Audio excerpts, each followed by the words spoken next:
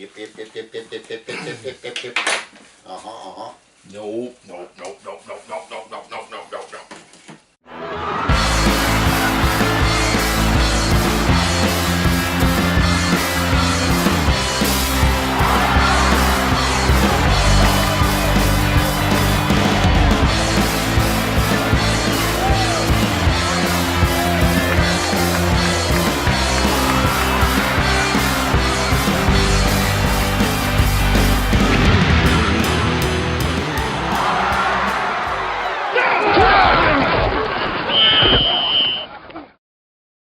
Hi, and welcome to week 11 of the Formation. I'm Jeff Gibbons. I'm John Moist.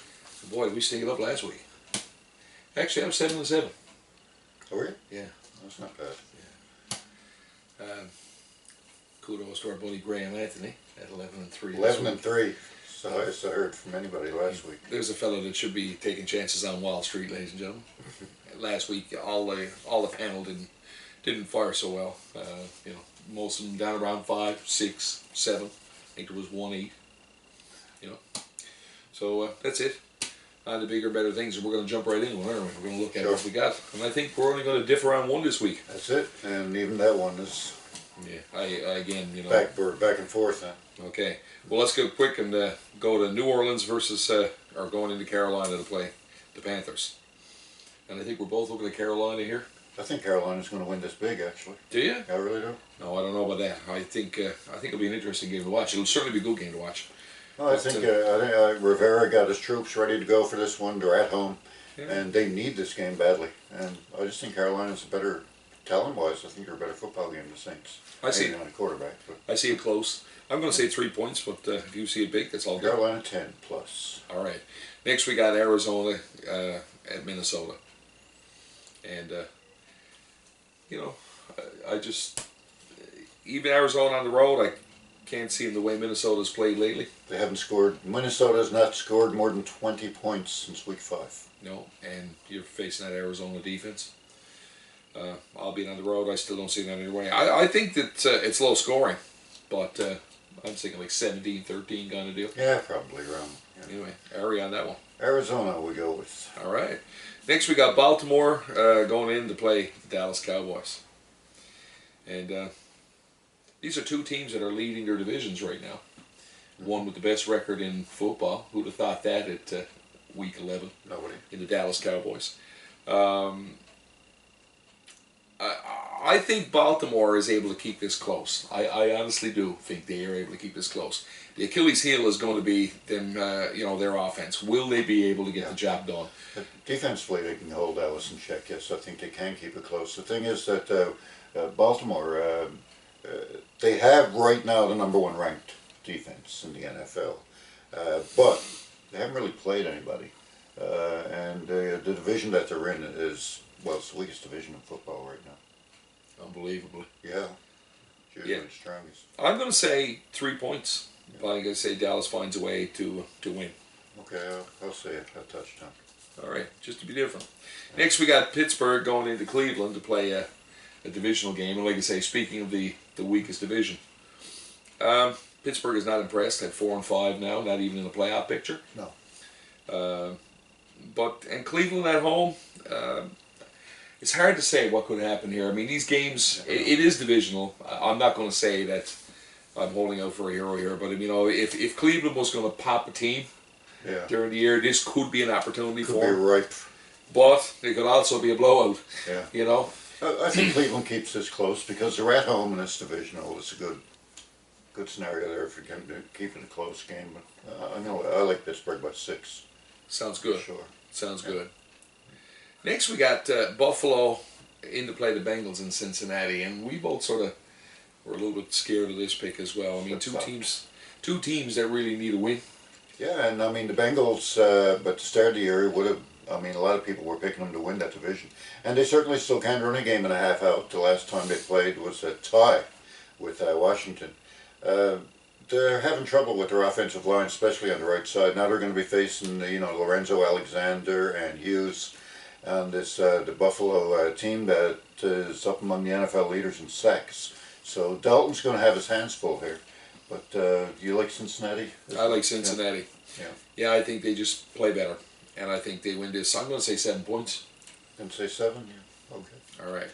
Next, we got Tennessee going into Lucas Oil to play the Indianapolis Colts. And let me tell you, I've been sick about this one all day, and I find out that this is the only one that we disagree on. And I'm not sure what your take was on this. I just think that, and I know you're like you said, Andrew Luck has never lost to the Titans. To the Titans. And I just like him. Indy plays. Well, they went into I think they won by 12 or something last time. They won in Tennessee last time. Yeah, they beat Green Bay last time out. Well, everybody's beating Green Bay, mind you. Yeah, that may change. But you know, divisional rivalry here. I'm just going to think that Marcus Mariota's just played incredible football this year, no doubt. And the running game. I'm just going to say that Tennessee finds a way to beat Indianapolis and sort of even that series up on the road. I'm going to say I'm going to say 6 points. I'm going to pick the Colts to win this one. Just I think Andrew Luck at home, in front of their fans, has enough here to pull out a late win. Fourth quarter, let's say, one of those big Andrew Luck fourth quarter victories. I'm going to pick the Colts by a single point. Going to say, I don't give a luck in this case. Next, we got Tampa Bay going in there. Fuck in this case. Okay, you know where the swear jar is. Next, we got Tampa Bay going into Arrowhead to play the Chiefs, and we're both agreeing here. Tampa Bay has played better football of late, but going into Arrowhead to play the Chiefs, and the Chiefs currently sitting atop of that division. I don't see it any other way. I think Kansas City orchestrates a great home game here. I'm going to say 10 points. Yeah, I think so too. I mean, Tampa Bay does have Mike Evans there, who leads the NFL in touchdown receptions. He has 8, and I think he's tied with Jordy Nelson. That's right, with Jordy Nelson, yeah. And, you know, it's just like Arrowhead's a tough place to travel, and Kansas City has a better defense here in this situation. And defensively, they should really get it done. Yeah, I like 10-point call. Yeah. Great googly moogly. Next, we got Jacksonville going into Detroit to play Detroit. Because it would be really silly if they were playing Miami, wouldn't it? All right. Detroit, currently in top of their division. The Lions, the best of the worst right now. Because that whole division wallowing in mediocrity. Jacksonville's young defense, I don't think is going to be able to handle Matt Stafford at home. I just think that it's going to be another one of these games where they run the score. Yeah, Stafford has one of only, I think it might be 5 quarterbacks this year that has over a 100 passer rating. That's right. Yeah. So I'm going to say that this is 2-touchdown territory. Yeah. They school Jacksonville at home. In the meantime, Detroit has not, believe it or not, Detroit has not won a game by more than 1 score this year. It's about to change. Okay, I agree. It's about to change. I agree. This will be the first time. Yes. Next, the beleaguered Chicago Bears play the New York Football Giants. And, of course, that'll be also without wide receiver Alshon Jeffrey, who's just been suspended for 4 games for the league's PED abuse system or penalty. And I'm not... with the Giants' defense the way it is right now, I think firing on all cylinders, I think they're going to have real trouble. The Bears, that is, in Chicago, or in New York. I think that this is another 10-point plus game. I think Manning plays well. They get the run game going against that Chicago defense, and I think, it's a couple scores. I think so too. Yeah. Move along. Jesus, this is more like a love-in than Siskel and Ebert. I'm not quite sure how this is all going here. Next, we got my Miami Dolphins to play in L.A., not St. Louis, to play the L.A. Rams. We had a discussion earlier. It's funny because, for the last 4 years I've been talking about putting them back in L.A., and I've been saying it wrong. And then today he talks to me and said, no, they're in St. Louis. I said, no, they're in L.A. And I'm liking the way Miami's turned the corner. They've won 4 games straight for the first time since 2008. They look good on both sides of the ball with a run game and a formidable defense. And I just think that they've just got they've got too much, even at home, for the LA Rams. And that doesn't matter which Ram team shows up. I think Miami's able to handle them. Cameron Wake has been a beast these last couple of games defensively. you know, and of course with the emergence of Jay Ajayi on the ground, I'm going to say, being on the road, I'm going to say it's close. I'm going to say it's one score. I'm going to say 7 points. I like that call, 7 points. I think St. Louis does have a really good defense, but no offense here. They're starring Jared Goff at quarterback here. Right. Case Keenum will not play in this game. And, you know, we're talking, this guy Goff has sat behind Case Keenum all year, so how good can he be? Case Keenum in the Sunshine Band. Oh, Goff is the future of Casey Keenum in the Sunshine Band. That's right.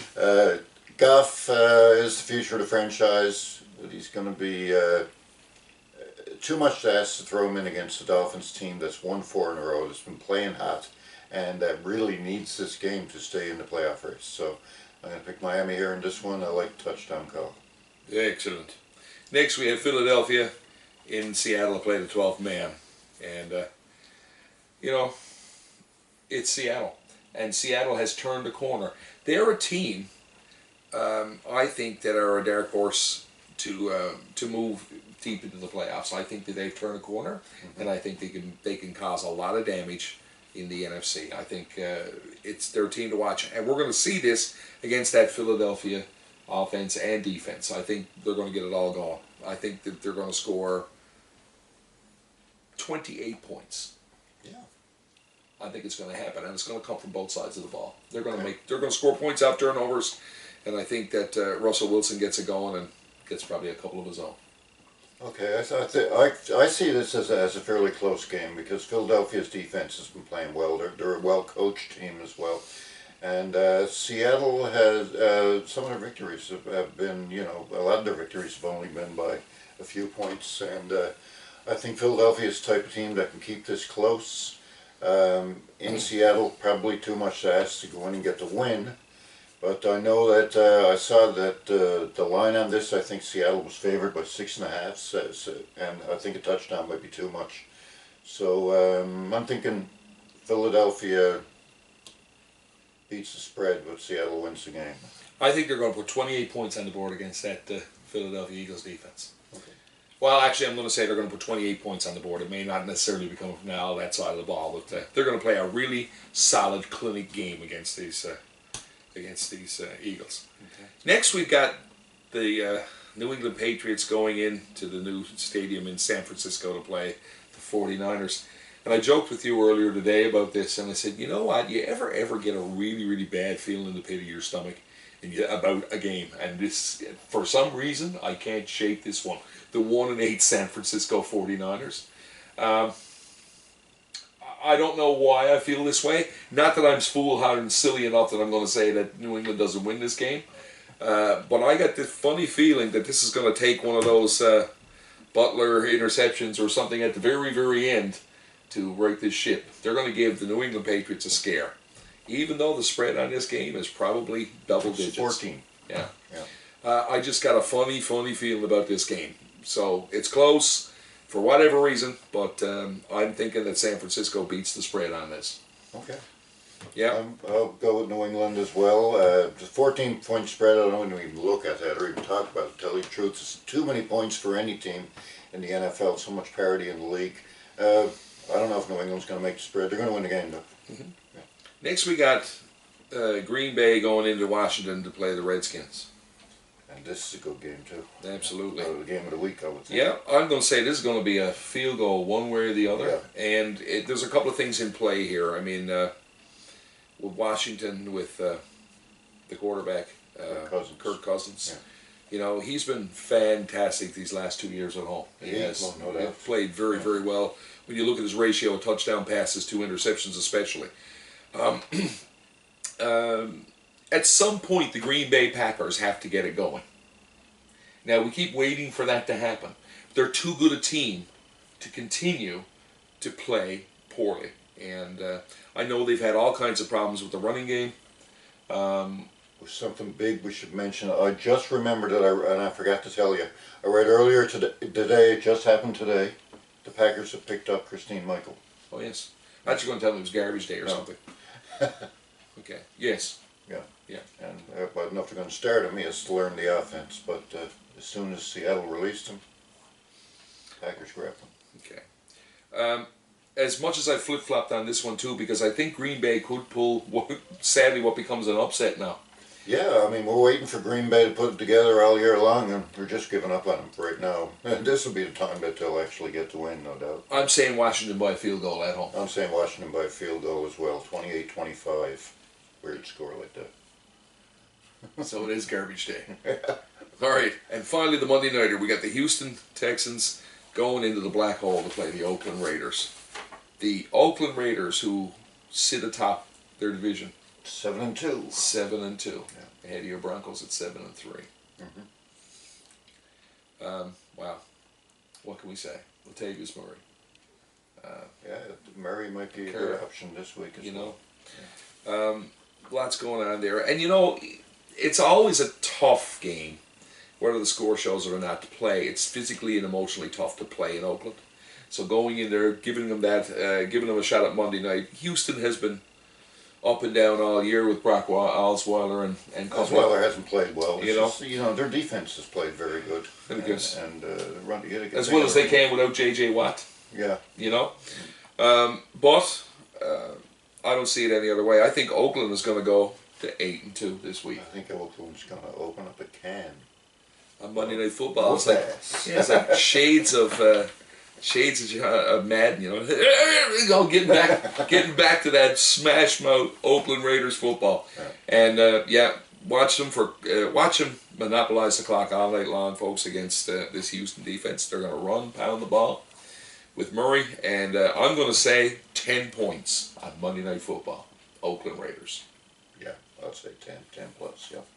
Right. One thing I was going to mention about earlier, when we did the first game, I forgot to mention that Greg Olsen for the Carolina Panthers is going to get 3 touchdowns tonight. Just thought I'd mention that. Okay.